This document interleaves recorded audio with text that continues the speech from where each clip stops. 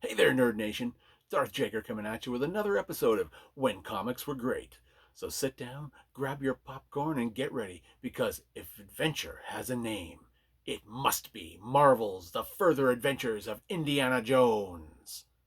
No time for love, David Jones. From 1982 to 1985, Marvel Comics published The Further Adventures of Indiana Jones. The series ran for 34 issues and took place following Raiders of the Lost Ark from 1936 to 1937.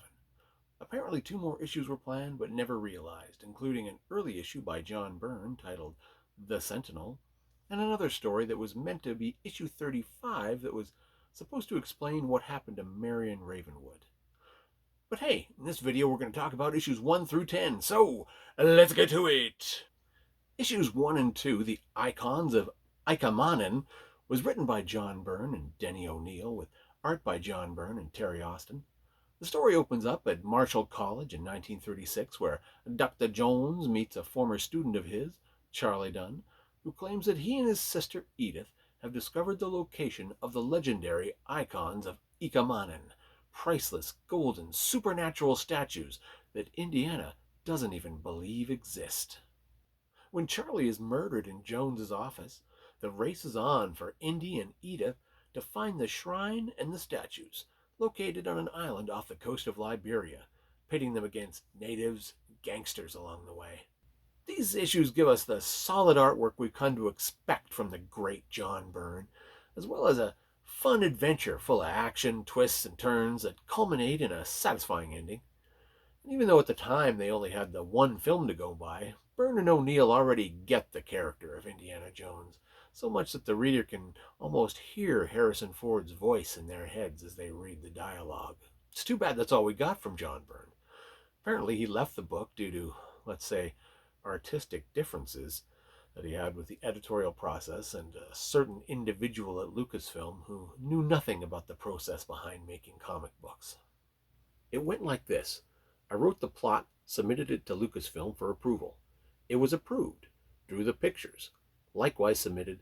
Likewise approved. Wrote the script. Submitted it. She asked for plot changes. No, we said. That was 2 steps ago. No, she said. Want plot changes. And when the first issue was finally complete, she decided she liked the plot I'd submitted months earlier for the 3rd issue even better, and wanted that to be the first issue. We talked her out of that one. After 2 issues of this insanity, I gave up the ghost. Issue 3, The Devil's Cradle, is a one-shot story by Denny O'Neil with art by Gene Day and Richard Howell that opens with Indy parachuting through a storm and into the backwoods of an unnamed state, only to find himself chased down by hillbillies before being held prisoner by a 400-year-old scientist named Prospero, who appears to have unlocked the secrets of immortality.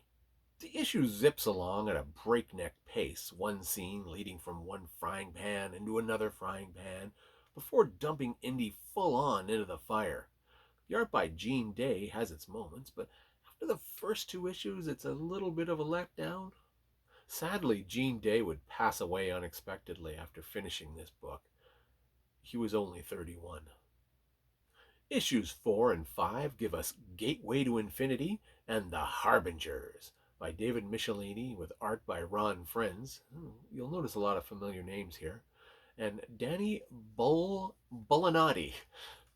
The story begins with Indy traveling to the UK, but before we even know what's happening, he's forced to jump out of a low-flying plane with nothing but a blanket to break his fall. At least it wasn't a rubber raft, right? Soon after, he's fished out of the ocean by a Royal Navy patrol boat.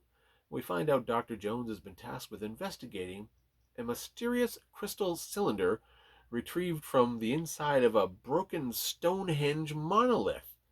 But hot on his trail are National Socialist spies determined to take the prize for themselves and Der Fuhrer. This story contains some great artwork and terrific action from start to finish, including a chase through the streets of London, to the underground, across the countryside, all of this culminating into a mind-bending climax in the middle of Stonehenge. Issue 6, Club Nightmare, is another one-shot by David Michelini, based on a story by Archie Goodwin, with some terrific interior and cover artwork by Howard Chaykin and Terry Austin. A local gangster by the name of Emil Marco is trying to horn in on Marion Ravenwood's new Manhattan nightclub. But when Marion refuses his offer and is nearly killed on opening night, and Indiana's investigation into the accident concludes the gangster had nothing to do with it, the two must put their heads together to solve the mystery of who's really behind the nightmare at the Raven's Nest. Even though this story takes place entirely in New York, it still contains some awesome fast paced action, including a boat chase and a runaway hansom cab through Central Park. At this point, Michelini has got the character of Indy down to a T. His intellect and humor come through perfectly in the writing, and considering it's 1983 when this issue was published, we were still a little more than a year out from Temple of Doom. I think it really shows Michelini's talent for capturing the essence of the character we all loved so much. It also gives us the first appearance of Marion Ravenwood in the monthly ongoing title. And once again, Michelini's talent for capturing the character and all her feistiness shines right through on the pages. Issues 7 and 8 gives us Africa Screams, again written by Michelini with art by Kerry Gamble and Sam De La Rosa. It's 1936 at a French monastery, and Indiana meets up with an old friend, Ian MacGyver, in an attempt to retrieve an ancient Paiute summoning stone for Marcus Brody and the museum.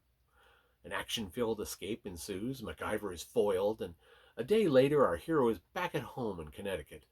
A short time afterwards, Indy and Marion are off to Cameroon in search of the relics of the lost Shinte people, who, legend has it, are the descendants of the ancient Atlanteans who split off sometime before the mythological continent was lost to time and the sea.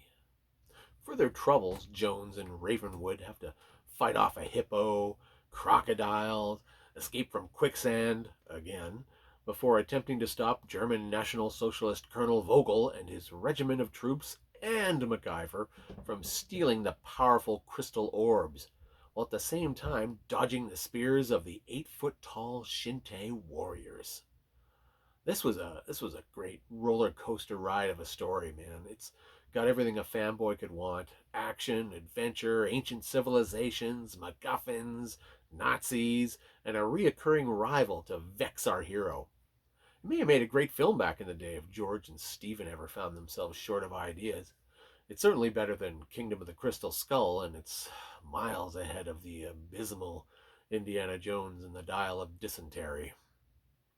The last two issues we'll talk about in this video are numbers 9 and 10, The Gold Goddess by Archie Goodwin and David Michelini, with art from Dan Reed and Danny Bulandani.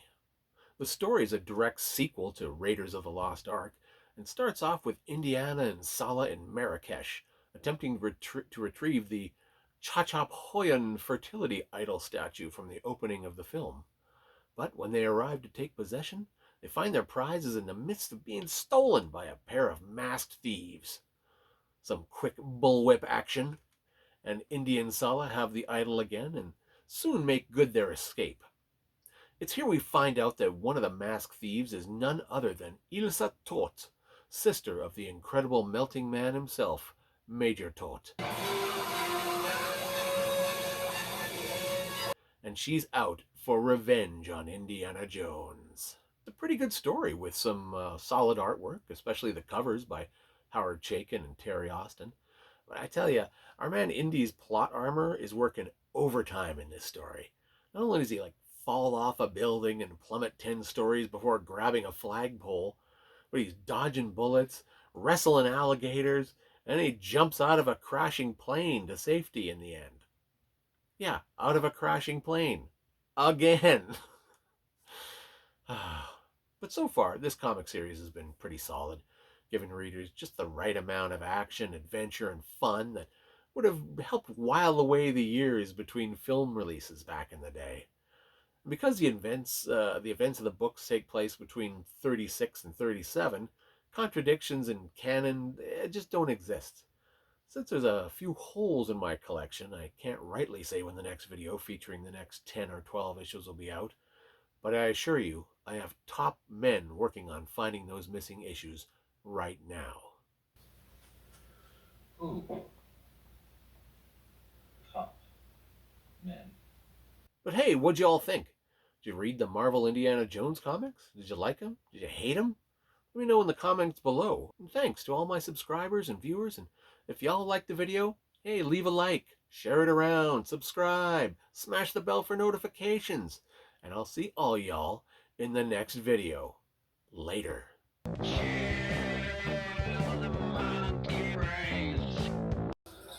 Ah, that's it. Chilled monkey brain.